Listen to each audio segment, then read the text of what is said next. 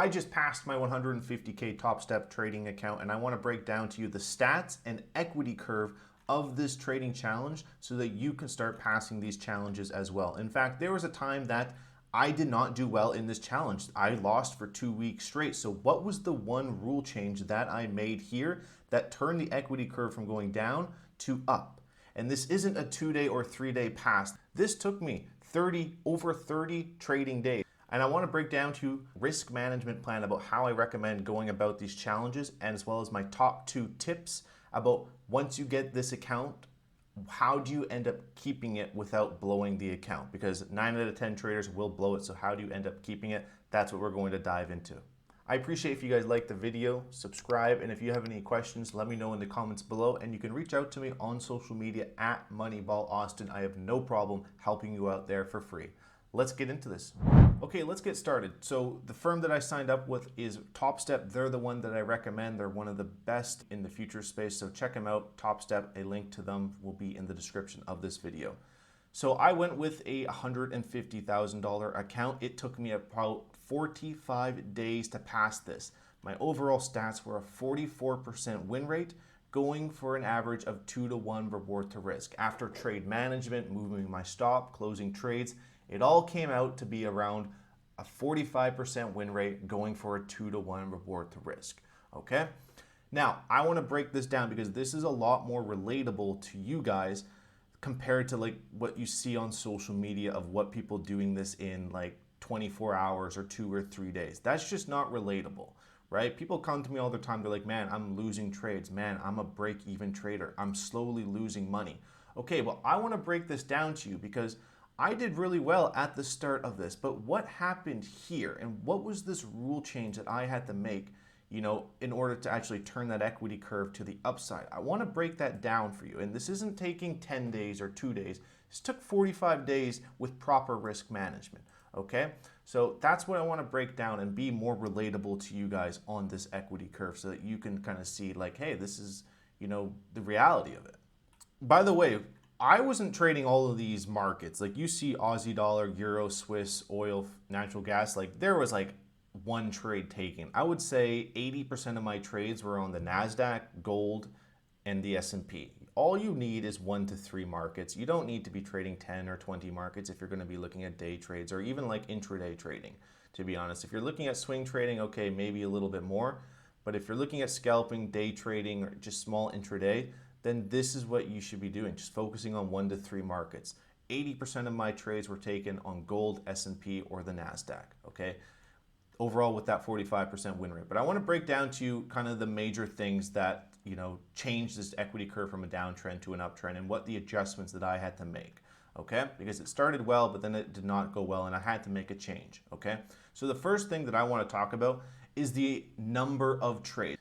I want you to look at this. Compare it to now of what I was doing going into this equity curve of how it started rallying to the upside. I want you to pay attention to how many trades I was taking. Okay, on one day, I took 2 trades. The next day, 1 trade. The next day, 1 trade, 3 trades. Okay, I'm looking at these on these dates. On the 23rd, 2 trades, 1 trade. So I'm taking anywhere from 1 to 3 trades per day. That was one of the adjustments that I made versus, notice how going back to here, how many trades was I taking in a day? Okay, the 25th, 1, 2, okay, 2 trades. On the 24th, I took 1, 2, 3, 4, 5, 6. I took 7 trades on the 24th, okay? And then like 8 trades on the 23rd. These are ones that I didn't really journal. On the 20th, I took 3 trades. So you can see that there was a lot more trades taken during the early stage of this challenge versus the later stage, right? That's time and time again when I always look back at my trading, and I always notice like, man, I always did the best when I just focus on a small amount of trades and I just focus on taking 1 to 2, maximum 3. I don't focus on having to take, but I just want to take, you know, 1 trade maybe on average a day, 1 or 2.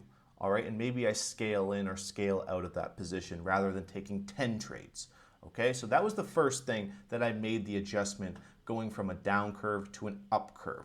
Okay, was the number of trades. The second thing is the time frame sequence. Notice here, when the equity curve was going down, and it was going down for 2 weeks, this is how I was trading. 100 tick chart. What is this one? 100 tick chart, 50 tick chart. So this tick chart is equivalent to like a 15-second or 30, not even a 30-second, like a 10 to 15-second chart. Now, this was for all those trades, 100 tick, 100 tick, 50 tick, 50 tick. Versus now, I'm focused on 1 minute, 5 minute time frame, right? So I'm scaling back to a higher time frame. There's less noise, less volatility, right? Less manipulation can occur, right? And it slows down the market. It's a lot easier when the market is just a lot slower. You can process the information a lot better. Okay, so I recommend making an adjustment like that if you notice something in your trading. And this is something I recommend doing.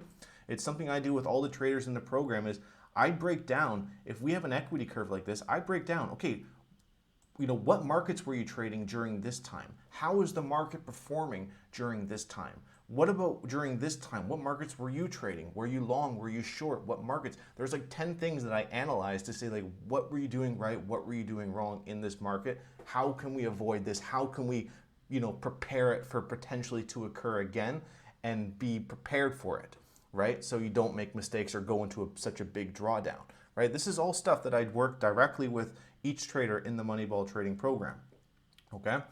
And it's what we're doing right here, and it's what I had to do is constantly be adjusting to the market, right? Constantly be adjusting.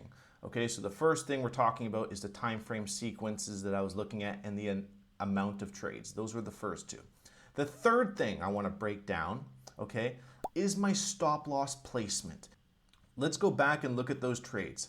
When I was trading the tick chart, the 50 tick, 100 tick, this is my trade. Notice how close my stop loss is. It's right there. It's so close to it, right? We go to another chart. Where is this one? Okay, here on this one, I have my buy setup. It's right below it. Okay, it's right below. It's like 3 ticks below where my entry is. Same thing here. I have my buy setup. It's right there. Okay, it's right below. Versus now, how did I make that adjustment? Okay, we pop over to here. I know it's a little bit hard for you guys to see, but you guys can kind of see this. Okay, so here's my zone. Okay. Normally, I would have my stop loss like right there. Notice how much larger this stop loss is. It's 2 to 3 times larger. Honestly, it's 3 to 5 times larger on average from what it originally was. Okay, so there's that. There's this. So before this trade, on this gold trade, I might just like have my stop, like right here, buying this setup. Okay, but where was this stop loss? It was all the way down here. Okay, it was 2 times as large compared to what it was before. Stop outs were occurring on very low time frames, getting whipsawed out and then going in my direction. And in fact, you see, and this is why it's so important to actually review how you perform in a bullish or bearish market. And in fact, there is actually something I wanted to show you guys. So during gold, it's right here.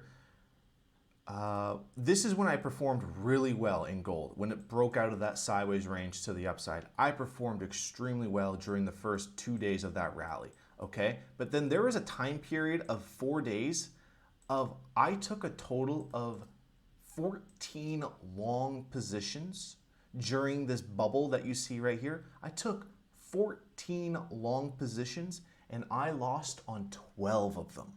12. You've got to be an idiot to lose on 12 trades out of 14 in such a bullish market like this in gold. Okay, what was I doing wrong? All right, I was picking the right direction for the day. It was only going up. I was picking the right direction, but what was I doing wrong? I was taking way too many trades. I was having a very tight stop loss and I was trading a very low time frame, just getting whipsawed around. So I had to make these adjustments in order to actually, start seeing this equity curve go to the upside. So I want to talk to you about risk management as well as my top 2 tips about how to keep an account once you pass. Okay, risk management is going to depend on your overall win-loss percentage. So let's go over here and check this out. The way that you should approach this, if you are a trader that has a high win-loss percentage, I think that you should risk more. Okay, and so when it comes to risk management, if you have let's say a 75% 50% win rate, you should give yourself 3 bullets, meaning 3 losing trades in a row. Okay, you give yourself 3, whatever the risk percentage it comes out to be, give yourself 3 bullets, lose in a row, and if you lose in a row, then you get a new account. You have a higher win rate, right? So why not risk more? Okay? Now, if you have a 50% win rate, okay, if you have a 50% win rate, I think that you should give yourself 4 to 5 bullets. All right, meaning you can lose 4 to 5 losing trades in a row, or slowly grind down 4 to 5 losing trades, right?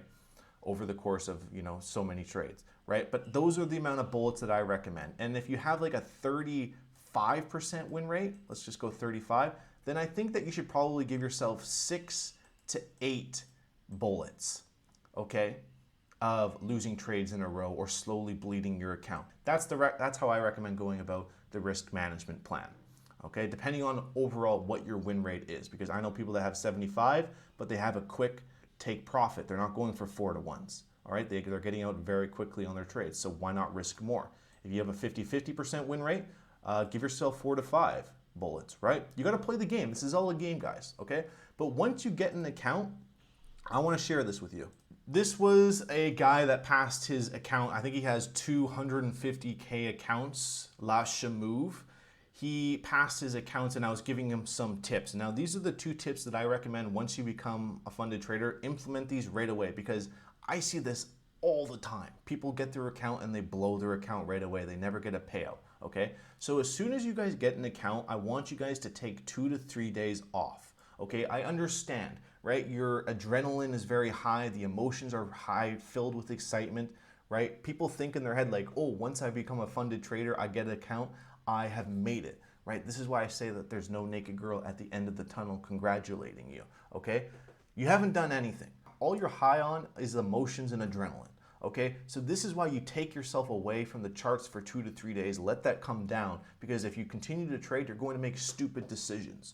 When you come back, this is the second thing, when you come back, make sure that you risk a very small amount, okay? If you are coming back into this account and you're like, okay, I'm going to risk 0.5%. No, I want you to risk 0.25% or 0.1% for the first 1 to 2 weeks. We're just trying to eliminate the emotions, right? We're still coming down from the adrenaline and emotions, but I want you to start with very small risk, because most people get themselves into a drawdown and they never take profit. So I would just want to take the first 1 to 2 weeks and I want you to trade very small. 0.25, 0.2% per trade. Just do it for 2 weeks and then adjust your risk, okay?